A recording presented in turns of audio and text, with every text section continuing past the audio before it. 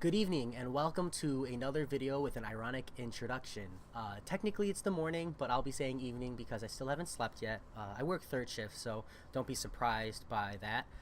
Um, I am here to talk about a decision I'm making because it's kind of a hard decision for me because I'm stuck between that position where I'm like, do I make the smart decision for my account in the future moving forward in progression, or do I make the decision I think would be fun and exciting and cool?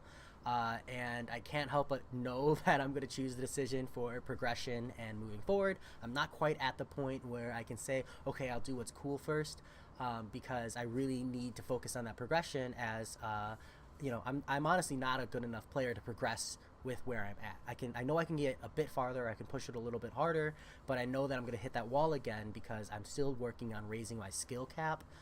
And while I do that, it's better for me to upgrade my champions than it is for me to work on the cool stuff.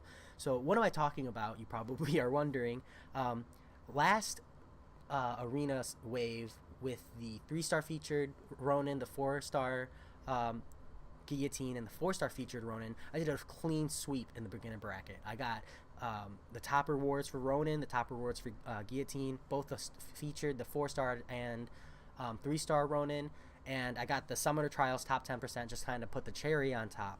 And I thought it would be really cool, since this is probably my last last arena set in the beginner bracket. I thought it'd be really cool if I clean sweep the arenas again, capped all the milestones just to show you can do it. I mean, it's a crazy amount of fights in PvP, so I wanted to just show that I could do it. But then this Catalyst class basic arena popped up, and to be honest, I haven't even looked at this thing until when it popped up today, because up until now, I didn't feel like I was in a position to pump out 2 million points without completely sacrificing the other arenas.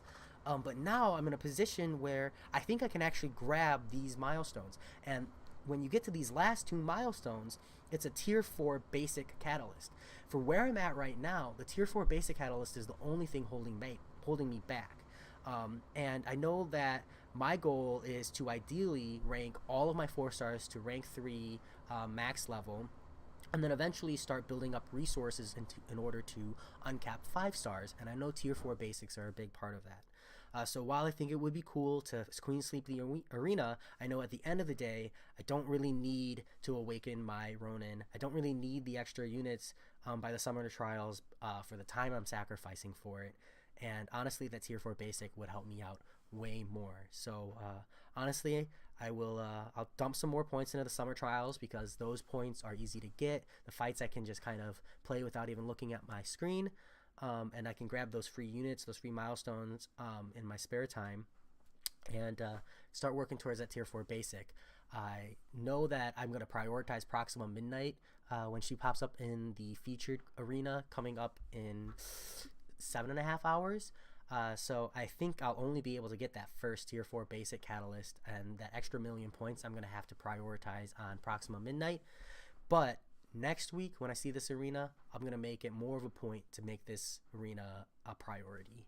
And I think anyone who's in my position where your teams are starting to round out, yes, you could use some more resources. You could use more champions to kind of build up your roster so you have more answers to problematic nodes, or to diversify the way you play in your game style, as well as honestly playing a champion is the best way to learn how to dex out of their specials, to learn what their mechanics are, to learn the character itself as you play them, because you just get so much of a better feel for it.